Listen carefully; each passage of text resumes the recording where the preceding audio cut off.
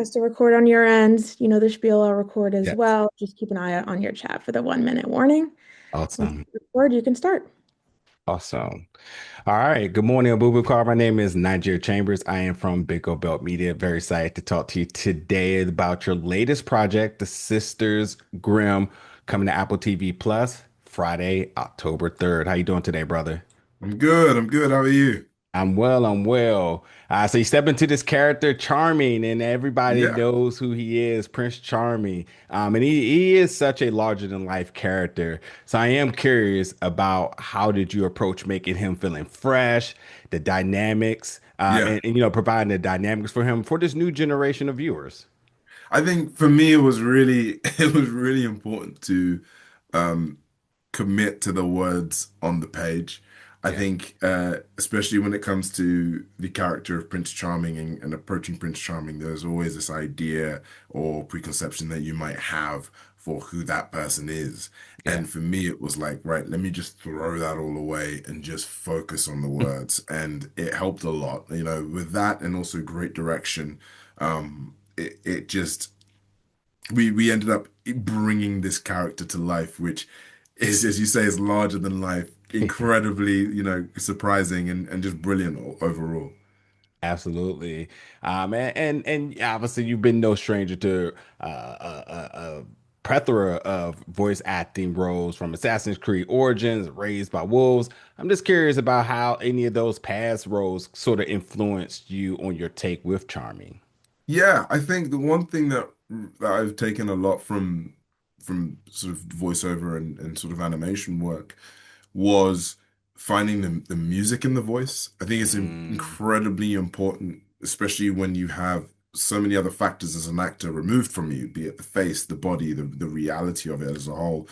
When you are just relying on the voice, you have to find what is the music that's going to kind of play with it, what's going to sing to it, what's the stories that you're telling with it. I think that yeah. was really, really key and important for me to figure out. Yeah. Charming, man. He's a slickster, if I may say.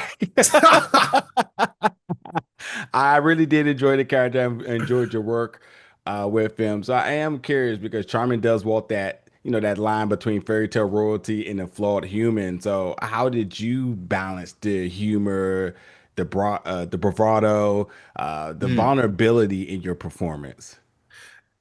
In truth, it was about being as vulnerable as possible. I think it was, about really sort of sharing and not being afraid of being a bit of an idiot. Like I Yeah. think that was kind of key in regards to capturing Charming because Yeah.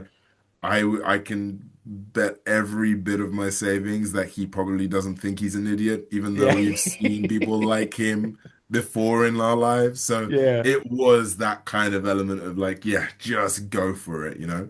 Yeah, yeah, he has some really good lines, really good moments. You don't know if you love him or hate him, but you definitely keep your Exactly. eyes with him. Exactly.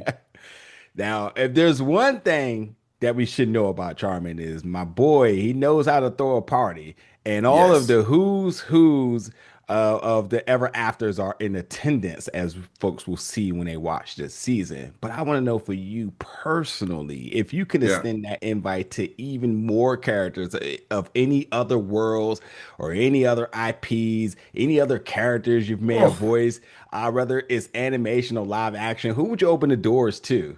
And how do you think that it would is go? that's a crazy question, dude. All right, if I had to pick, I'm gonna pick three. Okay, Okay. Okay. that's so wild. Uh, okay. It would probably be um. Okay, it would probably be Bluey's dad. I can't remember his name. Oh, Like, I'd have him at a party well, because I he's think dead. yeah, his dad. Like, yeah, his dad. Exactly. He could. I think he could throw something. Um, I think that would be good fun. I think I would also throw an invite to Goku from Dragon Ball Z because that's just fun. Okay. Listen, I'm throwing. Let's You asked go. me this question, bro. You asked me the question. Let's So, go. 'cause I think Goku would be a really, really cool person to kind of, to party with, and also for a fact that like if anything goes down. Yeah. you're okay. You're So, all right. you Yeah, know just what I gotta mean? feed him and he's all Like good. exactly, you're okay.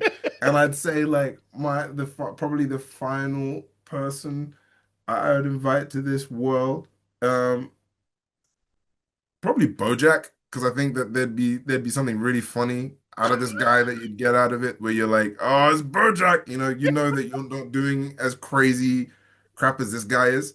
So Yeah. I'd probably throw these are the three I'd probably of my top that I'd invite and see what they say. So I hope that answers my Absolutely fantastic answer, my guy. Truly. Now, listen, last question. I don't want to get anybody in trouble here, but we do know House of the Dragon season three is coming Yeah. around the corners. And I wonder, is there anything you might be able to share about the upcoming season? Obviously, without getting in trouble, but like, maybe some buzzwords or anything to particularly describe the action, the drama, especially the relationship between the brothers Alan and Adam. Violent. Ooh. That's all I'm giving you. That's all I'm giving you. Like if I could genuinely encompass this, it's violent. My man. It's like, yeah, Ooh, my bad, my bad. All right, looking forward to that. But in the meantime, folks can enjoy your work in a series that I gotta tell you, from the books to the screens, man. I really, really hope we get, of all the 8 books, I hope we get all 8 seasons of them to Apple TV Plus. It's amazing. just so, so, so much fun. But season one, The Sisters Grimm, comes to Apple TV Plus October 3rd. Thank you so much for your time today, brother. Thank you. Thank you. Absolutely.